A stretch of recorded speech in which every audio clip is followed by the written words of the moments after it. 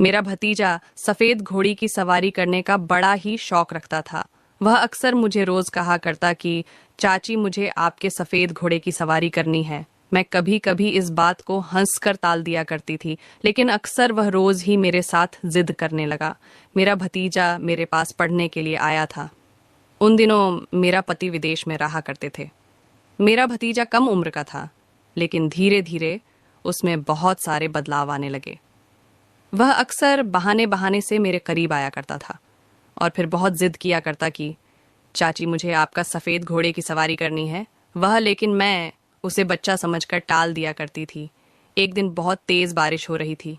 उसी दिन मैं अपने पति को बहुत याद कर रही थी, लेकिन इस वक्त भतीजा मेरे कमरे में आया, जीत करने लगा कि उसे आज घोड़े की सवारी करनी है। मैंने भतीजे की बात को मान लिया। मैंने कहा, बताओ तो फिर मुझे आज क्या करना पड़ेगा। लेकिन भतीजे ने जो तरीका मुझे बताया, वह सुनकर आप लोग हैरान हो जाओगे। उसने लाइट बंद करते ही पूरे जोश के साथ, कभी कभी गलत फहमी ही इंसान के अच्छे खासे रिश्ते को ख़त्म करके रख देती है। इस तरह यह सिलसिला मेरे साथ हुआ था। यह कहानी उन दिनों की है जब मेरी नई नई शादी हुई थी। मैं शादी करके अपने ससुराल आई थी। मैं गरीब परिवार से ताल्लुक़ रखती थी।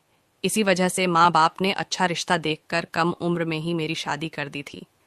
शादी को लेकर हर लड़की की तरह मेरी भी कई अरमान थे, लेकिन वह शायद मेरी जिंदगी में पूरे नहीं हुए थे, क्योंकि शादी की रात ही मेरा पति मुझे छोड़कर विदेश चला गया था।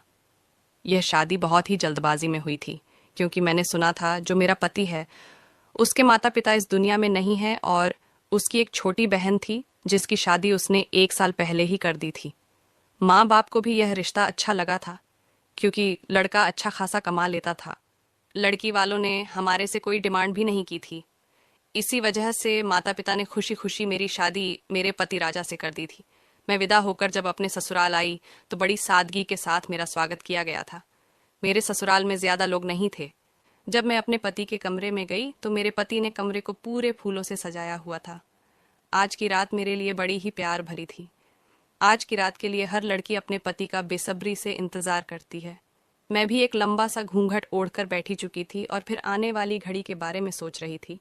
फिर आधे घंटे के बाद मेरा पति कमरे में दाखिल हुआ। मेरे पति ने आते ही कमरे को अंदर से बंद कर दिया था और फिर बैठकर बड़े ही प्यार से मुझसे बातें की थी। शुरू शुरू में तो मुझे बहुत ही ज्यादा हिचकिचाहट हो रही थी, लेकिन धीरे धीरे मैं भी उनके साथ बात करते हुए फ्रेंडली हो चुकी थी। अब मुझे भी कोई शर्म नहीं रही थी। मेरे पति ने मेरा हाथ पकड़कर मुझे अपने प्यार का इजहार किया था। मेरे पति के छूटे ही मेरे दिलों की धड़कनें बढ़ने लगी थी। फिर पति ने लाइट बंद करते ही मुझ पर प्यार लुटाना शुरू कर दिया था। फिर काफी घंटे की देरी के बाद मेरे पति मुझे बताने लगे कि वह कल सुबह ही काम के सिलसिले से विदेश चले जाएंगे, जिसे सुनकर मैं पूरा हक्का बक्का रह चुकी थी। मेरे पति कहने लगे कि उन्हें ऑफिस के काम से छुट्टी नहीं मिल रही, इसीलिए उनको जॉब बहुत ज़रूरी है। वह जल्द ही वापस आएंगे, तुम निराश मत होना। लेकिन पति की बात को सुनते ही मैं पूरा उदास हो चुकी थी। भला कोई भी लड़की अपनी शादी के दूसरे दिन ही अपने पति को विदेश जाने की इजाज़त देती है? मुझ में तो बिल्कुल भी हिम्मत नहीं थी। मैं मन उदास करके बैठी हुई थी। मेरे पति मुझे मनाने की पूरी कोशिश कर रहे थे, लेकिन दिन भर की थकावट की वजह से मैं जल्द ही नींद की वादियों में गुम हो चुकी थी। सुबह जब मैं उठी तो मैंने देखा